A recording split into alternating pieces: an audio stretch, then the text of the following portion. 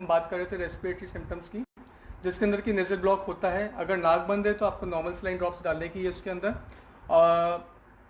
अगर हमने निमोनिया के भी बारे में भी बात कर ली थी, निमोनिया है, पसलियाँ चल रही है, तो आपको अपने शिशु रोग विशेषज्ञ से बात करनी है और उसको जाके अपने बच्चे को दिखाने का है।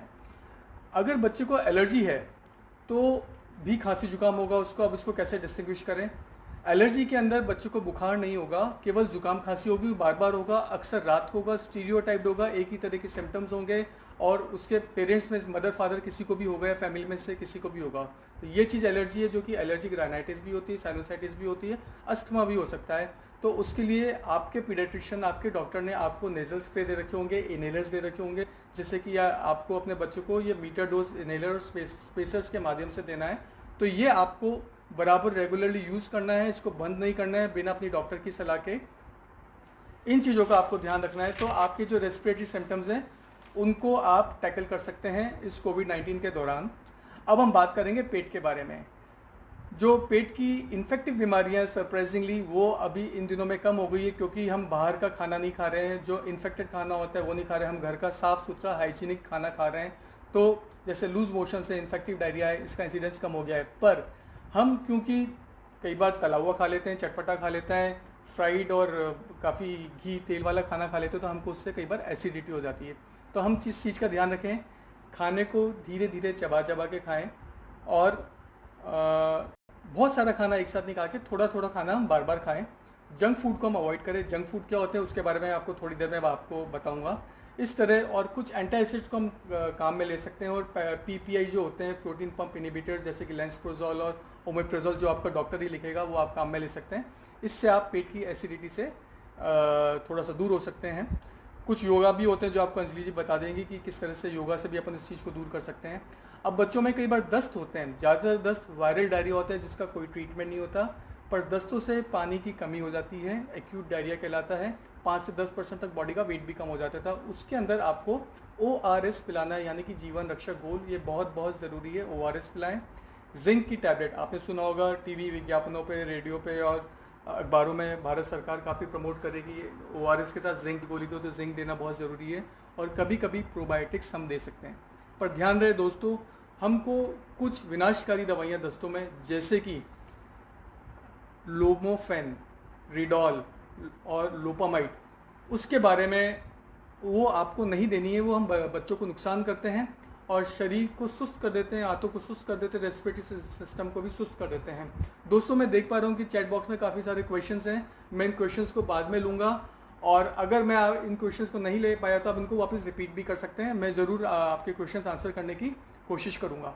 बच्चों में पेट दर्द भाई आम कारण है। पेट दर्द को कैसे पता पड़े कि ये ज़्यादा गड़बड़ है या कोई खास बात नहीं है। अगर पेट दर्द नाभि के आसपास है, नाभि के सेंट्रल एरिया पे है और रात में नहीं हो रहा, तो आप भूल जाएंगे पेट दर्द कोई बड़ी परेशानी है। जितना नाभि से दूर है, अगर नाभि से 4-5 इंच ऊपर है तो वो एसिडिटी है, नाभि से 4-5 इंच नीचे है तो यूरिन इन्फेक्शन हो सकता है, नाभि से राइट हैंड साइड पे और लोअर की तरफ है तो अपेंडिक्स हो सकता है। तो ये चीज़ें हैं। नाभि से जितना दूर, बुखार के साथ, उल्टियों के साथ, लेटरिन में खून आ जाए उसके साथ में हो, चक्कर आ रहे हों और बहुत ज़्यादा बुखार हो रहा हो, तो ये रेड फ्लैग साइंस है जिसमें हमको पेट दर्द के बारे में थोड़ा सा सावधान होना चाहिए। बच्चों में पेट दर्द का प्रमुख कारण है कॉन्स्टिपेशन, यानी कब्ज, और ये बच्चों में बहुत ज़्यादा होता है क्योंकि बच्चे फाइबर कम खाते हैं। और कब्ज को दूर करने के लिए पानी को पीना है। दूध, हमको लगता है कि दूध बहुत ज़्यादा पीना चाहिए, पर दोस्तों दूध में केजिन होता है, केजिन कॉन्स्टिपेशन करता है। दूध अगर बच्चा ज़्यादा पिएगा तो फाइबर, फल फ्रूट और सैलड्स इनको कम खाएगा तो कॉन्स्टिपेशन होना लाजमी है। इसलिए हमको फाइबर पे ज़्यादा ध्यान देना है, तो बच्चों को कॉन्स्टिपेशन नहीं होगा तो दर्द भी कम होगा। कई बार बच्चों में कीड़े भी होते हैं। कीड़े कैसे पता पड़ते हैं? बच्चों को भूख नहीं लगती, अक्सर पेट में दर्द होता है और खून की कमी हो जाती है। ये जो हम हाथ देख रहे हैं, ये हाथ गुलाबी नहीं होकर थोड़े से फीके हो जाते हैं, बच्चा सुस्त हो जाता है, तो वो कई बार कीड़ों की वजह से भी होता है। एक प्रोटोकॉल है कि हमको हर 6 महीने में कीड़े की दवाई एल्बेंडाजोल होता है, वो हमको देना होता है और उसको हमको रिपीट करना होता है। 2 साल से पहले इसका डोज 200 मिलीग्राम है और 2 साल के बाद में यूनिवर्सल डोज 400 मिलीग्राम है, और हमको उसको एक बार देके 14 दिन बाद वापस रिपीट करना होता है। ये एक पूरा डोज कहलाता है और हर 6 महीने हमको देना होता है। ये प्रोटोकॉल है। कीड़े शरीर में कैसे प्रवेश करते हैं? कीड़े शरीर में फलों से, जो धुले हुए फल सब्जियां नहीं है उनके थ्रू उनके अंडे आ जाते हैं, और कई बार उनका लार्वा, हम जब नंगे पैर ज़मीन पे चल रहे हो तो वो लार्वा स्किन के थ्रू डायरेक्ट पहुंच जाता है और हमारे बॉडी में जाके मल्टीप्लाई करता है, और इस तरह हमारी बॉडी में कीड़े आ जाते हैं। नो और इस तरह से। और एक और चीज़ है कि अगर मोटापा है, उसके बारे में भी मैं आपको बाद में बताऊंगा। अब हम आ रहे हैं खान पान के बारे में। खान पान कैसा होना चाहिए? खान पान संतुलित होना चाहिए। वो संतुलित आहार यानी कि बैलेंस डाइट हमारी रक्षात्मक प्रणाली को मजबूत करता है। संतुलित आहार में क्या आता है? प्रोटीन्स का source high biological value proteins होना चाहिए। हाई बायोलॉजिकल वैल्यू प्रोटीन्स जिसमें एसेंशियल अमाइनो एसिड्स होते हैं, कुछ एसेंशियल तत्व जो हमारे शरीर नहीं इनको सिंथेसाइज कर सकता। ये चीज़ें किस में होती है? बादाम में होती है, सोयाबीन में होती है, दालों में होती है, अलसी के बीजों में होती है। जो नॉन वेजिटेरियंस उनको एग वाइट और फिश में मिल जाता है। ये प्रोटीन्स के बहुत अच्छे सोर्स हैं। फ़ैट, अच्छी क्वालिटी का फ़ैट हमको सोयाबीन अलसी में मिलता है, वो हमको यूज़ में करना चाहिए। बादाम में होता है, अखरोट के अंदर होता है, इनको यूज़ करना चाहिए। कार्बोहाइड्रेट्स यानी कि शुगर, सिंपल शुगर हमको ज़्यादा अलग से शुगर नहीं डालनी चाहिए। शुगर का सोर्स होना चाहिए कॉम्प्लेक्स कार्बोहाइड्रेट, वो कार्बोहाइड्रेट जिसको शरीर को तोड़ने में मेहनत करनी पड़े, डायरेक्टली हमारे ब्लड में एब्जॉर्ब नहीं हो, इस तरह का हमको कार्बोहाइड्रेट लेना चाहिए। और फिर मिनरल्स और मल्टीविटामिन जो कि डार्क ग्रीन लीफी वेजिटेबल्स और रिच कलर्ड फ्रूट्स के अंदर हमको मिलती हैं, ये हमको लेना चाहिए। पानी कितना पीना चाहिए? पानी 10 किलो तक के बच्चे को 1 लीटर पानी की ज़रूरत होती है। 10 किलो से 20 किलो यानी कि एडिशनल 10 किलो पे 500 ml यानी कि 50 ml पर केजी एक्स्ट्रा पानी की ज़रूरत होती है। और 20 किलो से ऊपर 20 ml पर केजी, जैसे किसी का वज़न अगर 10 किलो है तो 1000 ml, 20 किलो है तो उसको 1500 ml, और अगर 30 किलो है तो उसको 1500 प्लस 200 यानी कि 1700 ml पानी की ज़रूरत है। ये पानी यानी कि तरल पदार्थ, लिक्विड हो सकता है, दूध हो सकता है, दालों में भी पानी होता है, फ्रूट जूस में भी पानी होता है। फ्रूट जूस के बारे में भी मैं आपको आगे बताऊंगा कि किस तरह से करना है। अब दोस्तों हम संतुलित आहार के बारे में बात कर रहे थे, ये तो बैलेंस डाइट बताई, और कुछ होता है कचरा। नहीं आया समझ में? कचरा यानी जंक फूड। जंक फूड बहुत ज़्यादा आ रहा है। जंक फूड एक मिसनोमर है। अब मैं आपको बता रहा हूँ कि जंक फूड के बारे में हम थोड़ा 5 मिनट के लिए बात करेंगे। एक तो होता है फास्ट फूड। फास्ट फूड क्या होता है? जो हमने खाना जल्दी से मिला, बनाया और खाया, फटाफट हो गया, वो फास्ट फूड होता है। ये फास्ट फूड अच्छा फास्ट फूड भी हो सकता है और गंदा फास्ट फूड भी हो सकता है। अच्छा फास्ट फूड यानी कि जो वेजिटेबल्स हैं, सैलेड से खाया, काटा और खाया, फास्ट फूड है। फ्रूट से खाया, काटा, मतलब काटा और खाया, तो वो फास्ट फूड है, पर ये अच्छा है। और कुछ फास्ट फूड है जो कि बिल्कुल बेकार है, गड़बड़ है। और कुछ गड़बड़ फूड है जो कि बनाने में टाइम लगते हैं पर वो भी गड़बड़ होते हैं, तो इसलिए फास्ट फूड भी एक मिसनोमर है। नई शब्दावली आ गई है, जंक्स, JUNCS। अब हम बात करेंगे जंक्स के बारे में क्या है। जे यानी जंक। जंक फूड होता है पैकेज या अनपैकेज आइटम जो कि प्रोसेस भी हो, अनप्रोसेस भी हो, पर उसमें विटामिन, फाइबर, मिनरल्स, विटामिन बहुत कम से कम हो और हानिकारक तत्व ज़्यादा हो, जैसे कि एडिटिव्स, प्रिजर्वेटिव्स, ये सब चीज़ें होती हैं, ये ज़्यादा हो, ये जंक फूड होता है, इसको हमको नहीं खाना है। फिर JU से होता है ultra processed food. Ultra processed food वो होता है जिसको फूड को इतना ज़्यादा उन्होंने पचा दिया, इंडस्ट्रीज़ में ही कर पाते हैं, जैसे कि ये लेज, कुरकुरे, ये अल्ट्रा प्रोसेस्ड फूड है कि खाने में बहुत स्वादिष्ट है, ऐड आता है, एक बार खाओगे तो खाते रह जाओगे। अल्ट्रा प्रोसेस्ड फूड है, टेस्टी होते हैं, सॉल्ट, शुगर, इस चीज़ें ज़्यादा होते हैं, ये अल्ट्रा प्रोसेस्ड फूड होते हैं।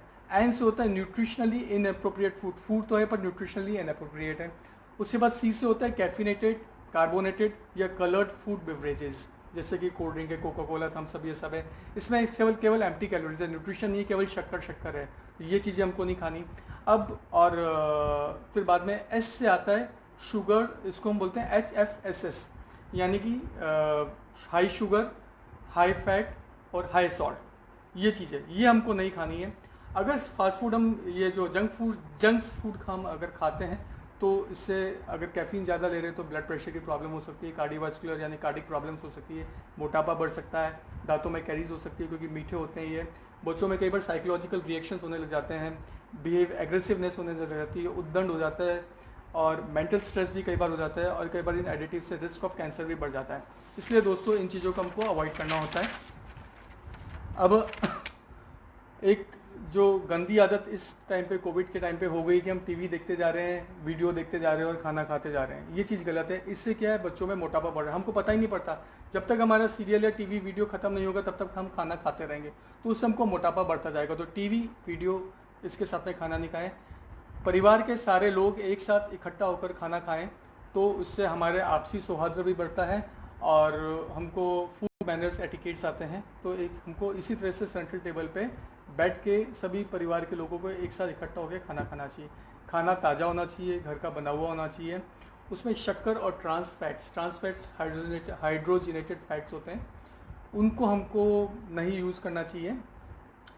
और कई बार ऐसा होता है कि बच्चे ने कुछ काम करा, अचीवमेंट किया, तो हम उसको जंक फूड ही देते हैं, चॉकलेट दे दी, टॉफ़ी दे दी, ये चिप्स का पैकेट ला के दी। हमको इस तरह से उनको प्रोत्साहित नहीं करना चाहिए, उसको किसी और तरीके से प्रोत्साहित करें, पर इस तरह से, क्योंकि उसकी आदत इस तरह से गलत हो जाएगी।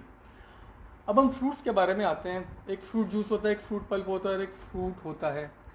तो 2 साल से पहले हमको फ्रूट जूस नहीं देना होता है। 2 साल तक के बच्चों को फ्रूट ही देना होता है। फ्रूट देखेगा तो उसको कलर का ज्ञान मिलेगा, उसको फील आएगा फ्रूट सॉफ्ट है, हार्ड है, फर्म है, कैसा है, बीज को अलग करना है। तो फ्रूट 2 साल से पहले फ्रूट ही देना चाहिए। फ्रूट जूस और फ्रूट पल्प में ये है कि जैसे फ्रूट जूस में तो फ्रूट नाम मात्र का होता है, शक्कर ही शक्कर होती है। फ्रूट पल्प में थोड़ा बहुत फ्रूट पल्प होता है, इसलिए 3 अलग अलग टर्मिनोलॉजी है, फ्रूट पल्प और फ्रूट जूस। फ्रूट जूस में ये है कि अगर बच्चा 2 साल से 5 साल तक के बच्चे को 125 ml दे सकते हैं, और 5 साल से ऊपर से बड़े बच्चे को लेके 18 साल तक के बच्चे को हम 250 ml पर डे दे सकते हैं। ये इंडियन अकेडमी पीडियाट्रिक्स की रिकमेंडेशन है। अब आते हैं हम कैफिनेटेड ड्रिंक्स के बारे में। कैफिनेटेड ड्रिंक्स यानी कि चाय, कॉफ़ी और कोका जिसके अंदर होता है, ये सब कैफिनेटेड ड्रिंक्स कहलाती हैं। बिलो 5 ईयर्स स्ट्रिक्टली नो, बिल्कुल आपको इनको बच्चों को कॉफ़ी चाय ये चीज़ नहीं देनी। 5 to 10 ईयर्स में अगर देना है तो 100 ml यानी कि आधा कप दे सकते हैं, और 9 to 18 ईयर्स में अगर आपको देना है तो उसको 200 ml यानी कि 1 कप दे सकते हैं। फाइबर कितना देना है? फाइबर का सीधा सा फॉर्मूला है, जो बच्चे की उम्र है उसमें 5 ग्राम ऐड कर दो। जैसे 10 साल का बच्चा है तो उसको 10 + 5 15 ग्राम फाइबर चाहिए। फाइबर हमको किस में मिलता है? हरी पत्तेदार सब्जियों में मिलता है, फ्रूट्स में मिलता है, छिलके सहित फ्रूट जूस नहीं, ध्यान रखिएगा। अब हम आते हैं दांतों के ऊपर। दांत में सबसे ज़्यादा प्रॉब्लम जो जिसको हम कीड़ा बोलते हैं आम भाषा में, वो बेसिकली डेंटल कैरीज और कैविटी हैं। कैरीज होने के लिए 4 चीज़ें बहुत ज़रूरी है। पहली चीज़ क्या, दांत होने चाहिए, तभी तो कैरीज होगी। दूसरी चीज़ है कि कुछ मीठी कोई चीज़, खाना, फूड पार्टिकल होना चाहिए। तीसरी टाइम ड्यूरेशन, वो मीठी चीज़ देर तक पड़ी रहे। और चौथा होना चाहिए बैक्टीरिया इन्फेक्शन। जब ये 4 चीज़ें होंगे तभी जाके कैरीज होगी। तो हम कैरीज को रोक सकते हैं किसी एक भी चीज़ को हटा दें। दांत तो नहीं हटा सकते, खाना नहीं हटा सकते, खाने को खा के जल्दी से कुल्ला कर लें, ये इंपॉर्टेंट है। और साफ़ सुथरा खाना खाएंगे तो बैक्टीरिया नहीं आएगा। और समय, मतलब दांत, फूड पार्टिकल, समय, दांत में, मुंह में ज़्यादा देर तक नहीं रखें, उसको चबा के फटाफट अंदर ले लें आप। और खाना खाने के बाद कुल्ला ज़रूर करें। अब बच्चों के पेस्ट के बारे में मैं बात करूँगा। कब करोगे पेस्ट? जब पहला दांत आए। पहला दांत कब आता है? 6-7 महीने पे आना चालू हो जाता है, और कई बार 13 महीने, 6-7 महीने से लेकर 13 महीने तक में पहला दांत आ जाता है। जब भी पहला दांत आए, ब्रश लेंगे, हाथ में फिक्स हो जाता है ब्रश, वो मार्केट में मिलते हैं, सुपर सॉफ्ट ब्रश होते हैं, उससे आप दांतों को क्लीन करेंगे। पेस्ट की कोई ज़रूरत नहीं है 2 साल तक। 2 साल से 5 साल तक के बच्चों में लो फ्लोराइड पेस्ट होते हैं, वो हमको काम में लेने होते हैं। और फिर अलग अलग मात्रा रखें, कितने ppm पार्ट्स पर मिलियन के हिसाब से फ्लोराइड आपको लेना होता है। तो 6 साल से बच्चे के लिए जो लो फ्लोराइड पेस्ट है, पी साइज़, छोटा सा दाना पेस्ट का, इतना लेके आप करना है। कोविड-19 के दौरान बच्चे इतना ज़्यादा मोबाइल, टीवी पे हैं, और उनके स्कूल की क्लासेस भी चल रही हैं, तो उनसे आंखों में भी कई बार परेशानी हो जाती है। तो स्क्रीन पे ज़्यादा नहीं रहे। पहले हम बोलते थे 2 hour, not more than 2 hours a day screen time होना चाहिए, पर अभी इसी परिभाषा का कोई मानक नहीं है, क्योंकि बच्चों को स्कूल की पढ़ाई 3-3 घंटे मोबाइल, लैपटॉप पे करनी पड़ रही है।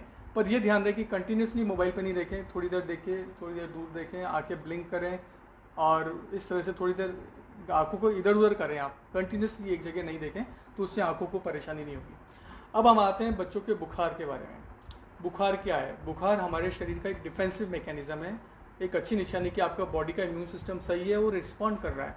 पर कई बार बुखार से हमको दूसरे सिम्टम्स हो जाते हैं, थकान हो जाती है, और सुस्त हो जाते हैं, शरीर काम करने की इच्छा नहीं करती है। तो बुखार अच्छा भी हो सकता है, ख़राब भी हो सकता है। ख़राब कब है?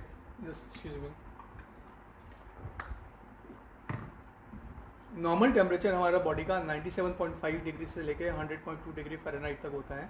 प्लस माइनस 1.5 डिग्री दिन भर में वेरिएट कर सकता है, शाम को थोड़ा सा ज़्यादा हो जाता है। नापने के लिए मरकरी थर्मामीटर सबसे बढ़िया, जो हम अपने बगल में लगा के रखते हैं या मुंह में लगा के रखते हैं। मुंह में अगर 1% एक ही व्यक्ति के लिए थर्मामीटर है तब तो सही है, अदरवाइज़ हमको बगल में लगा के रखें। स्पिरिट से पहले साफ़ करके फिर बगल में लगाएं, 1 मिनट रखें, और जो रीडिंग आती है उसमें हम 1 डिग्री फ़ारेनहाइट जोड़ेंगे तो वो एक्चुअल में आपका टेम्परेचर है। टेम्परेचर को कम करने के मैं बिना दवाई के कुछ तरीके आपको बता रहा हूँ। बुखार अगर आए तो एक तो आप उसके कपड़े कम कर दें, लूज़ कपड़े कर दें, कॉटन के कपड़े रख कर रखें। पंखा ज़रूर चलाएं, पंखा कूलर या एसी चलाएं। एसी कूलर के आगे डायरेक्ट नहीं लगें, हमको ठंडक चाहिए ना कि ठंडी हवा चाहिए। तो इस तरह बॉडी का टेम्परेचर थोड़ा सा कम हो जाएगा। फिर एक चीज़ होती है टेपिड स्पंजिंग, जिसमें कई बार क्या होता है कि हम देखते हैं कि लोग बाग कपड़ा गीला करके माथे पे पोंछ देते हैं, उससे बुखार इतना जल्दी नहीं उतरता है। आपको रनिंग वाटर चाहिए, तो आप ऊपर से पानी गिराते रहें बच्चे के शरीर पे, तो पानी जैसे गिरेगा तो वाष्प बन के, वेपर बन के उड़ जाएगा, फिर वापस दूसरे पानी की वेव आएगी। इस तरह से अगर कंटिन्यूस पानी फ्लो करता रहेगा तो बच्चे का बुखार जल्दी उतर जाएगा। इसको हम टेपिड स्पंजिंग करते हैं। और ठंडे पानी से नहीं करना है हमको, नॉर्मल पानी से करना है, नॉर्मल बाल्टी के पानी से। अगर बाल्टी का पानी ठंडा है तो हम उसको ल्यूक वार्म टेम्परेचर कर सकते हैं। इस तरह से हम बुखार को उतार सकते हैं। पर अगर बुखार के साथ कुछ रेड फ्लैग साइंस है, यानी कि खतरे की घंटी है, जैसे कि बहुत ज़्यादा उल्टी हो रही है, बहुत ज़्यादा सर दर्द हो रहा है, दौरा ही आ गया है, लैट्रिन में खून आ गया है, उसका सूजन आ गई, थकान हो गए, चकत्तेदार दाने आ गए, जैसे डेंगू में कई बार दाने आ जाते हैं, इस तरह की कोई चीज़ है, मुंह में छाले पड़ गए हैं, तो हमको डॉक्टर को दिखाना बहुत बहुत ज़रूरी है।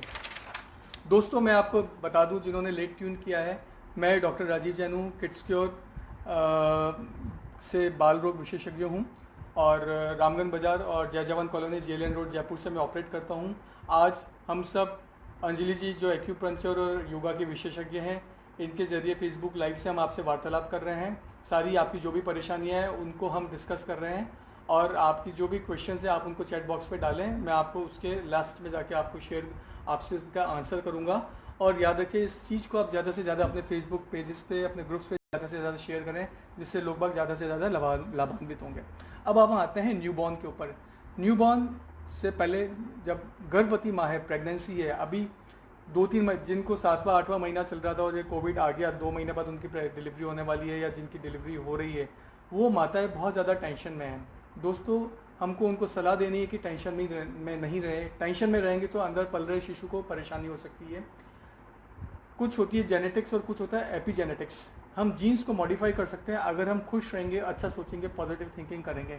इसलिए हमको जो आने वाली नस्ल है, जो हमारे आगे के जो जीन्स जो हम ट्रांसमिट करेंगे अपने आगे के लोगों के अंदर, वो अच्छे जीन्स होने चाहिए। इसलिए इन माताओं को खुश रहना, सकारात्मक सोच रखना बहुत ज़रूरी है, और इसमें योगा का भी बहुत बड़ा रोल है। तो आप इसको, इन चीज़ों का ध्यान रखें। जब बच्चा पैदा होता है, जाहिर सी बात है कि आप हॉस्पिटल में डिलीवरी कराएंगे, तो शुरू के 1-2-3 दिन हॉस्पिटल वाले इसकी केयर करेंगे। उसके बाद जब बच्चा घर पे आता है तो इस दौरान आपको साफ़ सफाई का ध्यान बहुत ज़्यादा रखना है। उसके लिए माँ और बच्चे के लिए एक डेडिकेटेड कमरा होगा, जिसके अंदर किसी और स्ट्रेंजर का आना जाना नहीं होगा। सोशल डिस्टेंसिंग हम वैसे भी पालन कर रहे हैं, पर इस जगह हमें और भी ज़्यादा करना है। बच्चे को 6 महीने तक केवल माँ का दूध पिलाना है। अगर माँ का दूध नहीं आता है तो कई सारे कारण हो सकते हैं, उन चीज़ों को वो मदर अपनी गायनेकोलॉजिस्ट या पीडियाट्रिशियन से कंसल्ट कर सकती हैं। माँ का दूध आएगा ही आएगा, ये हमारी सोच है कि दूध नहीं आ रहा है, बोतल से दूध बिल्कुल नहीं पिलाएं। अगर बाई चांस माँ का दूध नहीं आता है तो हम फार्मूला मिल्क होता है, जो कि माँ के दूध के बराबर होता है, उसको हम गर्म पानी में मिला के दे सकते हैं, पर बॉटल से नहीं देना है। और अगर फार्मूला मिल्क अफोर्ड करना हमारे लिए पॉसिबल नहीं है तो हम गाय का दूध भी दे सकते हैं अच्छी तरह से बॉईल करके, पर first choice mother's milk, second choice formula milk. अब नवजात शिशु इतना ज़्यादा रोता क्यों? कई बार वो रोता है तो जाहिर सी बात है, सबसे कॉमन कारण है उसको भूखा होगा। सेकंड कारण है, हो सकता है वो कोई ऑकवर्ड पोजीशन में है, मतलब उसका हाथ दब गया है, टेढ़ा मेढ़ा हो गया है, या कई बार हम बच्चे के गले में वो डोरी बांध देते हैं, हाथ में डोरी बांध देते हैं, वो टाइट है या लूज है, लॉकेट है, वो चुभ रहा है, इससे हो सकता है। कई बार वो सूसू में हो जाता है, पॉटी में हो जाता है, तो वो बच्चा रोता है। कई बार बच्चा माँ के पास आना चाहता है, इसलिए भी बच्चा ज़्यादा से ज़्यादा रोता है। तो ये एक आम बातें हैं। पर अगर बच्चा बहुत ज़्यादा तीखी आवाज़ में रो रहा है और 1-1.5 घंटे से लगातार रो रहा है, या 3 घंटे ज़्यादा हो गए, उसको हम एक्सेसिव क्राइंग बोलते हैं, वो एक रेड फ्लैग साइन है। इसके लिए हमको बच्चे को डॉक्टर को दिखाना है। एक चीज़ और होती है कोलिक्स। कोलिक्स अक्सर 3 महीने तक रहते हैं, पेट में दर्द होता है, बिना बात के दर्द होता है, और अक्सर बच्चों को हिलाने डुलाने से, कंधे पे लेने से कोलिक्स कम हो जाते हैं। ये पाया गया है कि जिन बच्चों को माँ का दूध ज़्यादा ही मिलता है उनको कोलिक्स कम होते हैं। इसलिए स्तनपान सबसे बढ़िया तरीका है शिशु के लिए। ध्यान रहे, शिशु को आँख में काजल नहीं लगानी, घुट्टी नहीं देनी, शहद, ये सब शक्कर का पानी, शहद, ये सब चीज़ें नहीं देनी आप उसको। काजल आँख में नहीं लगानी। अगर आपको काजल का शौक है लगाने को तो माथे पे काला टीका लगा सकते हैं, पैर पे काला टीका लगा सकते हैं। और टीकाकरण के बारे में हम थोड़ी देर में बात करेंगे। अगर बच्चा बहुत ज़्यादा इरेगुलर सांस ले रहा है, कुन्ना रहा है, दूध नहीं पी रहा है, सुस्त हो रहा है, नीला हो रहा है, ठंडा हो रहा है, सफ़ेद हो रहा है, तो ये भी खतरे के लक्षण हैं। इसका हमको ध्यान रखना है। अब हम टीकाकरण के लिए आते हैं। दोस्तों, कोविड-19 के दौरान टीकाकरण को लेके बहुत ज़बरदस्त कन्फ्यूजन है। माँ बाप बेहद डरे हुए हैं, टीकाकरण करें या नहीं करें। अब आप ये सोचिए, अगर कोरोना वायरस का टीका होता तो आप लगाते या नहीं लगाते। पर अनफॉर्चुनेटली टीका अभी आया नहीं है। सब जगह शोध चल रहा है, कई देश में कई जगह एक साथ कई कंपनियां इस पर रिसर्च कर रही हैं, और होपफुली साल के एंड तक टीका आ जाना चाहिए। पर जो टीके हैं हमारे पास, हम उनको तो लगाएं। तो मैं आपको ये बताना चाह रहा हूँ, प्राइमरी वैक्सीनेशन सीरीज़ जो होती है जन्म से लेके 18 महीने तक जो है उसको हम प्राइमरी सीरीज़ वैक्सीनेशन कहते हैं, वो लगाना बहुत बहुत ज़रूरी है। बच्चा पैदा होता है तो जन्म का टीका जो BCG यानी कि TB से बचाता है, पोलियो की खुराक और हेपेटाइटिस B, ये लगाना बहुत ज़रूरी है, जो अक्सर अस्पताल में ही लग जाता है। फिर 1.5, 2.5 और 3.5 महीने पे DPT यानी कि गलघोटू, कुकुर खांसी और टेटनस का टीका, साथ में पोलियो का इंजेक्शन, एक रोटा वायरस की खुराक जो बच्चों में दस्तों का सबसे आम कारण है, और pneumococcal conjugate vaccine PCV under 5 years के बच्चों में मोर्टेलिटी का 20% कारण है निमोनिया, और उस निमोनिया में से 50% कारण ये PCV वैक्सीन जो स्ट्रेप्टोकोकस निमोनिया से बचाती है ये है। इसलिए इस PCV यानी कि न्यूमोकोकल कॉन्जुगेट वैक्सीन को लगाना बहुत बहुत ज़रूरी है, इसको ध्यान रखें। जैसे ही बच्चा 6 महीने का होता है तो फ्लू का टीका जो कि स्वाइन फ्लू और सीजनल फ्लू से बचाता है, ये टीका लगाना है, और उसके साथ में एक टाइफाइड का टीका होता है। 9 महीने पे खसरा, कन्फेड, रुबेला यानी कि मीजल्स, मम्स, रुबेला, ये टीका लगाना ज़रूरी है। दोस्तों, हम ये बता दें आपको कि हम पूरे विश्व से पोलियो का हमने जड़ से उखाड़ दिया है, ख़त्म हो गई है, एक्सेप्ट 2 या 3 कंट्रीज है जहाँ पे है, पाकिस्तान, अफगानिस्तान और नाइजीरिया। बाकी हम पोलियो मुक्त हो चुके हैं। और कैसे पोलियो मुक्त हुए? टीकाकरण से हुए हैं। खसरे को भी हम बहुत कंट्रोल कर रहे हैं और इस पर भी हम विजय पालेंगे। इसलिए टीकाकरण जरूर कराएं। अब मैं आता हूँ बच्चों की मानसिक बीमारियों पे। हम दिन रात सुबह शाम कोविड-19 कोरोना वायरस के बारे में टीवी में देख रहे हैं, रेडियो पे सुन रहे हैं, व्हाट्सएप पे, फेसबुक पे देख रहे हैं, इतने मरे, ऐसा हुआ, इस चीज़ की कमी हो गई, इकोनॉमिकल क्राइसिस हो गए, लोगों को आर्थिक तंगी आ गई। ये सब नेगेटिव न्यूज़ सुनकर, देखकर बच्चों में कई तरह की प्रॉब्लम्स हो रही हैं। वो और साथ में बच्चों जो अपने दोस्तों से मिल सकते थे, पार्क में खेल सकते थे, आउटडोर एक्टिविटीज़ कर सकते थे, दोस्तों के साथ बर्थडे पार्टीज़ मना सकते थे, शादियाँ पार्टियों में जा सकते थे, वो सब बंद हो गया है। तो इससे बच्चों में एक अलग तरह की घबराहट आने लग गई है, एक अनजाना भय आने लग गया है, और कंसंट्रेशन उनका कम होने लग गया है, वो मोटिवेटेड कम हो गए हैं, उनका मन चंचल हो रहा है, व्याकुल हो रहा है, नेगेटिव थॉट्स हो रहे हैं, नकारात्मक सूझा का संचार हो रहा है। मैं कुछ क्वेश्चंस देख रहा हूँ चैट बॉक्स में, मैं अभी बात करूँगा उनसे। 10 मिनट में मेरी टॉक खत्म होने वाली है, उसके बाद मैं आपसे आपके सारे क्वेश्चंस का आंसर दूंगा। और इस दौरान बच्चा मोबाइल और मीडिया का भी बहुत ज़्यादा एडिक्टेड हो रहा है, क्योंकि उसके पास आउटडोर गेम्स तो है नहीं, तो इंडोर गेम्स में वो, जैसे आजकल मोबाइल पे लूडो गेम बहुत ज़्यादा चल रहा है, या वो यूट्यूब को बहुत ज़्यादा देख रहा है, कोई वेब सीरीज़, मूवीज़ देख रहा है, इस तरह की चीज़ें देख रहा है, तो उसमें वो बहुत ज़्यादा इन्वॉल्व हो रहा है, उसका स्लीप साइकिल बिगड़ गया है, डिस्टर्ब हो गया है, एग्रेसिव हो गया है। तो इन सब चीज़ों से भी उसको मानसिक तनाव हो रहा है। अब इन मानसिक तनाव से कैसे निजात पाएँ? तो पहले हम उसको बोलें कि बेटा डरो मत, हम सब आपके साथ हैं। देखो, घर में दादा दादी, मम्मा पापा, आपके भाई बहन, सब लोग तो हैं। और अगर किसी को मिस कर दे तो आप वीडियो कॉल करके, व्हाट्सएप कॉल करके, वीडियो कॉन्फ्रेंसिंग करके आप अपने दूसरे दोस्तों से और रिश्तेदारों से बात कर सकते हो। उसको इंडोर गेम्स में इन्वॉल्व करें आप। कैरम बोर्ड हो गया या लूडो हो गया, कई तरह के गेम्स है, सांप सीढ़ी है, चाइनीज चक्कर, कई तरह के गेम्स हैं। बच्चों को बताएं, आप ग्रुप में खेलें तो उससे बच्चा इन्वॉल्व रहेगा, तो उसको इतना परेशानी नहीं होगी। फिर बच्चों को योगा में इन्वॉल्व करें, उसको मानसिक शांति काफ़ी मिलेगी। टीवी इंटरनेट पे थोड़ा सा कंट्रोल करें उसको, और कोशिश करें कि जो वो देख रहे हैं उसके साथ ही आप देखें, ये चीज़ बहुत ज़रूरी है। बार बार कोविड की न्यूज़ नहीं देखें, और हर चीज़ को गूगल नहीं करें। बच्चे क्या हर बार कुछ चीज़ें गूगल कर लेते हैं, उसके जो भी क्वेश्चंस क्वेरी है उसका उपयुक्त जवाब दें, और उसको निराशावादी एटीट्यूड नहीं करें। उसके साथ कुछ पजल्स करें, आर्ट्स एंड क्राफ्ट्स की एक्टिविटीज़ करें, और उसको घर के कामों में भी इन्वॉल्व करो। खाना बनाने में, जैसे कोई सब्जी छीलना है, काटना है, आलू छीलना है, घर की साफ़ सफाई है, अपनी कबर्ड रैक्स को जमाना है, इन चीज़ों में इन्वॉल्व करें। झाड़ू पोछा भी सिखाएं, क्योंकि आगे की जनरेशन अभी किस तरह से करेगी। अगर सेल्फ डिपेंडेंट होना है तो ये सब चीज़ें करनी पड़ेगी। अब हम सबसे महत्वपूर्ण काम पे आते हैं, रोल ऑफ योगा। योगा के अनगिनत फ़ायदे हैं, और अंजलि जी एक्यूपंक्चर और योगा स्पेशलिस्ट है, इसका संचालन कर रही है। इनसे हमको बहुत कुछ सीखने को है। फेसबुक लाइव के माध्यम से मैं doctor Rajeev Jain, kids cure, Ramganj Bazar और जय जवान कॉलोनी, JLN रोड से आपसे रूबरू हो रहा हूँ। मेरा टेलीफोन नंबर 9829056074 है, जो इधर इसके अंदर स्क्रॉल हुआ है।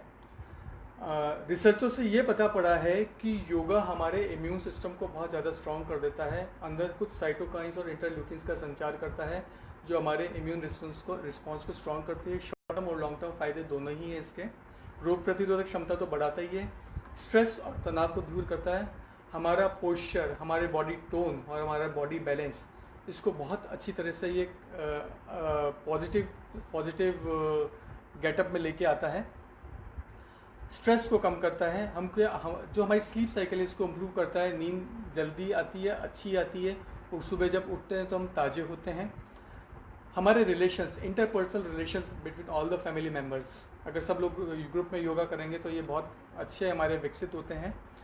और हमारा मस्तिष्क और बॉडी, इन दोनों के बीच में बैलेंस, ट्यूनिंग बहुत अच्छी होती है।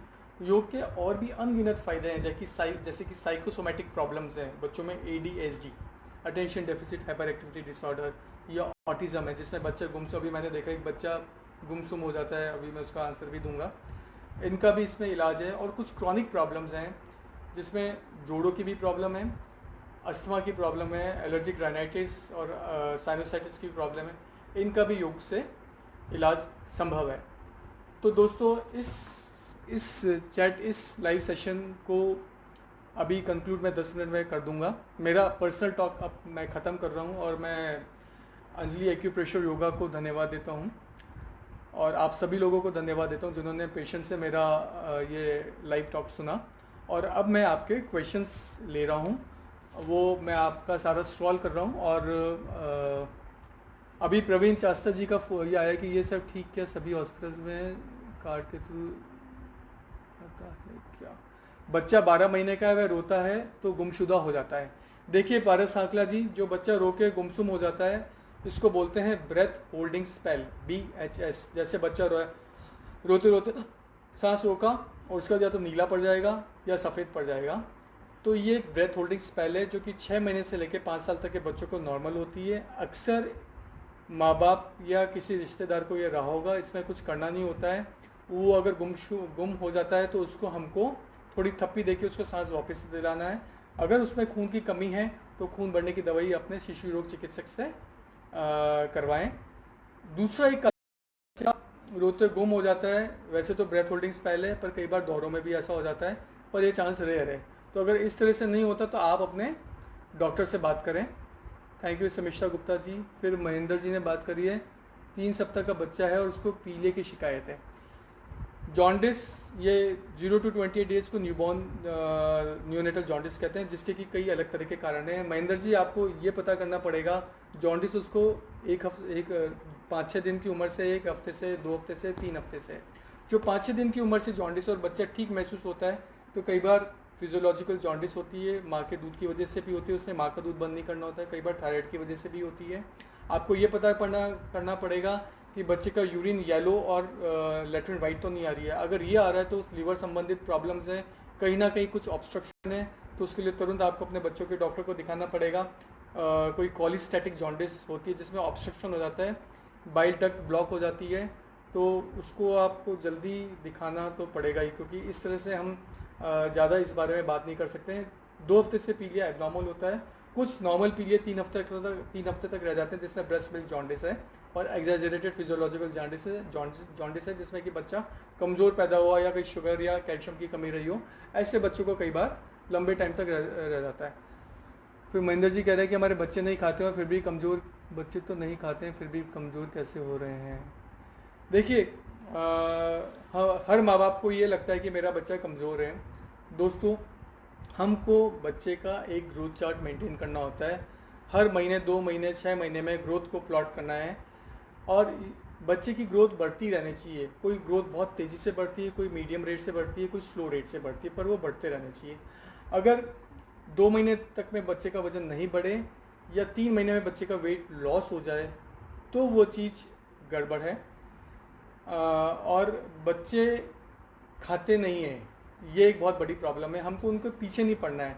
जैसे हम एसी का थर्मोस्टेट होता है, जब जैसे टेम्परेचर हमने जैसे 18-20 डिग्री सेंटीग्रेड पे रखा और जैसे ही टेम्परेचर बढ़ा तो एसी का कंप्रेसर चालू हो जाता है, और टेम्परेचर ठंडा होता है तो उसका कंप्रेसर बंद हो जाता है।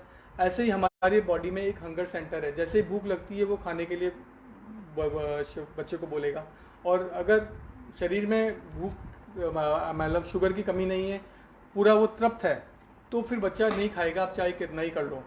इसलिए जब आप बच्चों को एहसास दिलाएं कि भूख क्या है, जब भूखा होगा तो वो खाने पे टूट पड़ेगा। दूसरी और चीज़ मैंने आपको बताई, जंक फूड आप उसको प्रमोट नहीं करें, जंक फूड, क्योंकि जंक फूड से क्या है कि एक तो मोटापा बढ़ेगा, बच्चा ज़्यादा खाएगा, और जब ये ज़्यादा खाएगा तो नॉर्मल हेल्दी खाना नहीं खाएगा।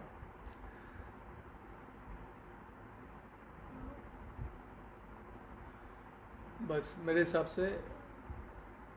अच्छा, प्रवीण जी कह रहे हैं कि मेरा बेटा 3 साल का है और वो सब्जी दाल नहीं खाता, उसकी डाइट में स्पेशल कौन सा आइटम्स होने चाहिए? आई साइट वीक है, स्पेक्स भी हैं। 3 साल का बच्चा और स्पेक्स हैं, तो ये पहले तो ऑब्वियसली आपने अपने आँखों के डॉक्टर को तो दिखाया ही होगा, और कि ये प्रॉब्लम क्यों है, क्या माँ बाप में से किसी को है, कहीं ये प्रॉब्लम पैथोलॉजिकल रिफ्रैक्टिव एरर तो नहीं है, इस चीज़ का पता करना पड़ेगा। कहीं स्क्विंट तो नहीं है, कोई मतलब महंगापन तो नहीं है, इस तरह की चीज़ों को देखना है। फिर अगर वो सब्ज़ी नहीं खाता है तो आपको थोड़ा स्मार्ट होना पड़ेगा। आप रिच कलर्ड वेजिटेबल्स, यानी कि सब्जी तो ग्रीन ज़्यादा करो। आप मतलब आप ऐसी सब्जी लो जिनका फैंसी कलर्स है, ग्रीन कलर्ड सब्जियां हों। मटर है, भिंडी है, आप उसको ये तो आपकी मैडम पाक कला में दक्ष होंगी, वो बताएंगी कि किस तरह से आप डेकोरेटिव करके आप सब्जियों को बना सकते हैं। सैलड्स बहुत अच्छे रखें, कलरफुल सैलड, जैसे कि एप्पल है, चुकंदर है, केला है। जब ये इन सबको एक साथ मिक्स्ड कलर में आप टेबल पर रखेंगे तो ऑब्वियसली बच्चा खाएगा। इसमें कोई ऐसी बात नहीं है कि आपको वो बच्चा क्यों नहीं खाएगा। दाल को आप कई तरह से दे सकते हैं, दाल बना के भी दे सकते हैं, दाल कभी कभी आप पकौड़े भी बना के दे सकते हैं, कभी दाल का चिलड़ा भी बना के दे सकते हैं। तो सब्जी को और खाने को बनाने के कई सारे तरीके हैं, हमको बच्चों से ज़्यादा स्मार्ट होना पड़ेगा।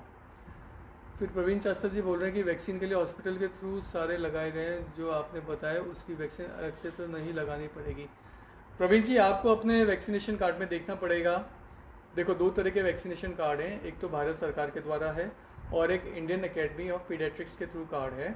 तो जब आप नेट पे डालेंगे IAP 2018-19 वैक्सीनेशंस, तो आपको पता पड़ जाएगा, एक चार्ट खुल के आएगा, तो आपको पता पड़ जाएगा भारत सरकार जो भी टीके लगा रहे हैं इंद्रधनुष योजना के अंतर्गत, वो सारे टीके फ्री लगा रहे हैं। और लगभग ये सारे टीके जो मैंने बताए हैं गवर्नमेंट लगा रही है, ऑलमोस्ट फ्री ऑफ कॉस्ट लगा रही है, क्योंकि ये प्राइमरी सीरीज़ के वैक्सीनेशन है, ज़रूरी है, इसलिए आपको लगाना है। कुछ एक वैक्सीनेशन आपको प्राइवेटली लगाने पड़ते हैं, तो जब आप दोनों कार्ड को टैली कर लेंगे तो आपको पता पड़ जाएगा कौन सा टीका मिसिंग है, तो आप अपने पीडियाट्रिशियन बच्चों के विशेषज्ञ से बात कर सकते हैं और वो टीका लगा सकते हैं। पारस सांकला जी कह रहे हैं कि कोई हार्ट की प्रॉब्लम तो नहीं है। पारस सांकला जी का मैं क्वेश्चन देखूं तो जब बच्चा रोते रोते सांस भूल जाता है, हार्ट की प्रॉब्लम बहुत बहुत रेयर कंडीशन में होती है, जिसको हम बोलते हैं प्रोलॉन्ग QTC इंटरवल। हमारे ये मेरे ख्याल से आपको इतना शायद समझ में नहीं आएगा। होता है सिंकोपल अटैक, कभी एकदम से बीपी डाउन हो जाना या कभी एकदम से हार्ट की गतिविधियाँ कम हो जाना, जिसको हम बोलते हैं prolong QT interval syndrome. Rare होता है पर होता ज़रूर है। तो अगर आपकी फैमिली हिस्ट्री में ये प्रॉब्लम नहीं है कि बच्चा रोते रोते सांस रोक रहा है, गुम हो रहा है और कुछ ज़्यादा ही ये हो रहा है और ज़्यादा देर तक कर रहा है, तो आप अपने एक पीडियाट्रिक कार्डियोलॉजिस्ट, बच्चों के दिल के डॉक्टर, वो अगर आपको नहीं पता है तो आपको आपका पीडियाट्रिशियन गाइड कर देगा कि बच्चों के दिल के डॉक्टर कौन है, उनको जाके आप दिखाएं।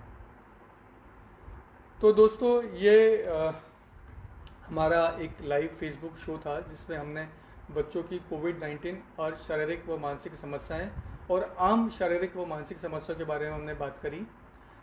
और इसके साथ में हमने ये भी पता किया कि योग से हम कैसे रोग को दूर भगा सकते हैं। योग से रोग दूर तो भगा ही सकते हैं, योग से हम रोगों से बच भी सकते हैं, प्रिवेंटिव एंड क्यूरेटिव दोनों। हमने मानसिक रोगों के बारे में बात करी। मैं समरी में आपको फटाफट बता रहा हूँ 5 मिनट के अंदर हमने क्या किया, जो लेट ट्यून किया जिन्होंने उनको बता रहा हूँ। हमने कोविड-19 के बारे में बात करी। कोविड-19 से बचने के लिए हमको मास्क, सैनिटाइज़र और सोशल डिस्टेंसिंग का बहुत ध्यान रखना है। ज़रूरी होने पर ही घर से निकलें।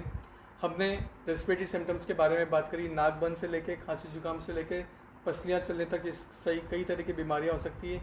नॉर्मल सलाइन ड्रॉप्स, उससे हम बच्चों की नाक खोल सकते हैं।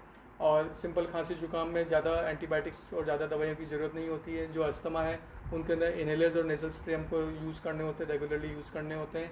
जो पेट की समस्या है, एसिडिटी से बचने के लिए तला तीखा तला हुआ खाना नहीं खाना चाहिए, जंक फूड कम खाना चाहिए। पानी बहुत अच्छा पीना चाहिए। 10 साल तक के बच्चे के लिए 1 लीटर, 10 साल तक के बच्चे के लिए 1 लीटर, 10 किलो तक के बच्चे के लिए 1 लीटर, 20 किलो तक के बच्चे के लिए 1.5 लीटर और 20 किलो से ऊपर हर किलो पे आपको 20 ml पर kg आपको पानी पीना चाहिए। फाइबर कितना खाना है, उम्र के साथ 5 ग्राम फाइबर को ऐड कर दो, इतना फाइबर खाना है। जंक फूड नहीं खाना, पर हाँ हम एक दिन चीटिंग फूड रख सकते हैं, चीटिंग डे रख सकते हैं। हफ्ते में एक दिन हम मन मर्जी का खाएं, पर ये ध्यान रखें कि जो हमारी एपिटाइट है, उस एपिटाइट में से जो जंक फूड है वो 50% से कम कैलोरीज चाहिए, यानी कि हम 100% जंक खा लें। इस चीज़ का हमको ध्यान रखना है। और नमक कम रखना है, शक्कर कम रखनी है। फूड के बारे में ये चीज़ थी। हमने दांतों के बारे में बात कर ली। रेगुलर ब्रशिंग करना है, दांत आते ही ब्रश करना है। 2 साल से पहले पेस्ट की ज़रूरत नहीं है। 5 साल तक के बच्चों को लो फ्लोराइड पेस्ट हमको यूज़ करना है। एक क्वेश्चन है अनुज गुजर का, सर जी मेरे बच्चे 8 साल के हैं लेकिन सर जी वो बेहोश होने लगे, अब 1 मंथ से मेरी कार्रवाई रिपोर्ट, लेकिन वो बेहोश होने लगे हैं। 8 साल का बच्चा है और ये कह रहा है कि बेहोश हो रहा है। तो बहुत सारे कारण है बेहोश होने के। जो ब्रेथ होल्डिंग्स पहले वो 5 साल से नीचे नीचे होता है, उसके बाद रेयर होता है।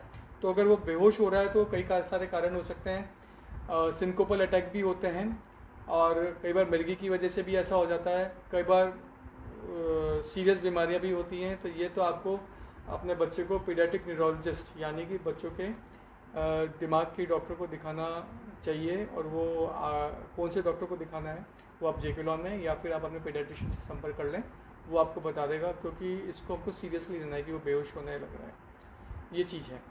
तो दोस्तों मैं आगे बात कर रहा था, हम अपने बातों को सारा समराइज़ कर रहे थे। उसके अंदर फिर हमने टीकाकरण के बारे में भी बात कर ली थी। टीकाकरण लगाना उम्र के हिसाब से बहुत ज़रूरी है। जो टीके छूट गए हैं उनको भी टीका लगाना चाहिए। और जैसे 2-3 महीने से एक और चीज़ है, क्योंकि अभी टीके 2-3 महीनों से बहुत से लोगों ने टीके कम लगाए हैं। 2 कारण, एक तो डर के मारे और दूसरा हेल्थ स्ट्रक्चर पे इतना ज़्यादा लोड आ गया है। कई डॉक्टरों ने अपनी क्लिनिक्स बंद कर रखी है, वो भी डरे हुए हैं कि कहीं उनको कोविड नहीं हो जाए। तो जैसे ही लॉकडाउन खुलेगा बीमारियां बढ़ेंगी, VPDs यानी कि वैक्सीन प्रिवेंटेबल डिजीजेज बढ़ेंगी, क्योंकि लोगों का इंटरेक्शन ज़्यादा हो जाएगा। तो मेरे दोस्तों, आप टीकाकरण जरूर लगाएं। कोविड से बचने का टीका नहीं है, पर इन बीमारियों से, इन घातक बीमारियों से बचने के हमारे पास में टीके हैं। तो टीके जरूर लगाएं। आज ही अपने डॉक्टर से अपॉइंटमेंट लें, सोशल डिस्टेंसिंग को फॉलो करें, उसके क्लिनिक पे जाएं, तो अपॉइंटमेंट लेके जाएं। और वेटिंग रूम आप अपनी कार को ही रखें, या फिर आप सड़क किनारे किसी पेड़ की छाया के नीचे ही आप खड़े रहें और उनसे फ़ोन से बोल दें कि डॉक्टर साहब मैं आ गया हूँ, अब आप मेरे को बुला सकते हैं। क्योंकि डॉक्टर भी बिना अपॉइंटमेंट के देखेंगे नहीं, और अपने क्लिनिक या चैम्बर अगर वो छोटा है तो वो नहीं चाहेंगे कि बहुत ज़्यादा भीड़ हो। अपने साथ एक सैनिटाइजर की बोतल लेके जाएं, एक खाली कपड़ा, साफ धुला हुआ कपड़ा लेके जाएं छोटे बच्चे के लिए। बाई चांस आपको लिटाना पड़ा तो वो कपड़ा लिटा के आप अपने बच्चे को लिटा सकते हैं, और इस तरह से आप उनको वैक्सीनेशन के लिए लेके जा सकते हैं। बाकी मानसिक रोगों के बारे में हमने बात किया, क्योंकि बच्चों में तनाव है, डिप्रेशन है, एग्रेसिवनेस है, एंग्जाइटी है, डर है कि आगे क्या होगा, तो उसके लिए आपको ध्यान रखना है कि सब लोग मिलजुल कर रहें। आप उसको बताएं कि हम आपके साथ ही हैं बच्चे, और टीवी, ये मल्टीमीडिया, सोशल और इन सब चीज़ों से थोड़ा सा उसको दूर रखें। दादा दादी साथ में तो उनके साथ कहानियाँ सुनाएं, उनके साथ आर्ट एंड क्राफ्ट और इंडोर गेम्स आप खेलें, इन चीज़ों का ध्यान रखें, और उसको पॉजिटिव चीज़ें के बारे में बताएं। उसके सारे क्वेश्चन आंसर जो उनको सही करें, सही तरह से जवाब दें, वीडियो कॉन्फ्रेंसिंग के जरिए अपने दोस्तों से, रिलेटिव से बात करें। फिर हमने योगा के बारे में भी बात करी। योगा बहुत अच्छी चीज़ है, अनगिनत फ़ायदे हैं, अंजलि जी आपको इसके बारे में बताई देंगी। और अगर a sound mind and a sound body with help of yoga, this is the best thing. और हाँ, अनुज जी बिल्कुल सही बोल रहे हैं आप, इनको दिखा सकते हैं आप। और अब मैं इस फेसबुक लाइव को यहीं पे समाप्त करना चाहूँगा। आप मेरे फेसबुक पेज से या अंजलि एक्यूप्रेशर या अंजलि योगा के थ्रू भी लॉगिन करके इस चैट को, इस फेसबुक लाइव सेशन को आप देख सकते हैं। और मैं आपका नमस्कार कर रहा हूँ, आपने मेरे इस सेशन को अच्छी तरह से सुना और काफ़ी इंटरेक्टिव ये सेशन रहा। और इस सेशन को मैक्सिमम से मैक्सिमम आप अपने लोगों में शेयर करें, जिससे और भी लोग लाभान्वित होंगे। थैंक यू, जय हिंद। और हम आशा करते हैं सकारात्मक कि हम कोविड पर जल्दी विजय पाएंगे। डरना नहीं है, बस प्रिकॉशंस लेने हैं, काम पे चलना है, क्योंकि ये एक साधारण वायरल बीमारी है जो फैलता ज़्यादा है पर मारता कम है। ठीक है, thank you, bye bye, good night, नमस्कार।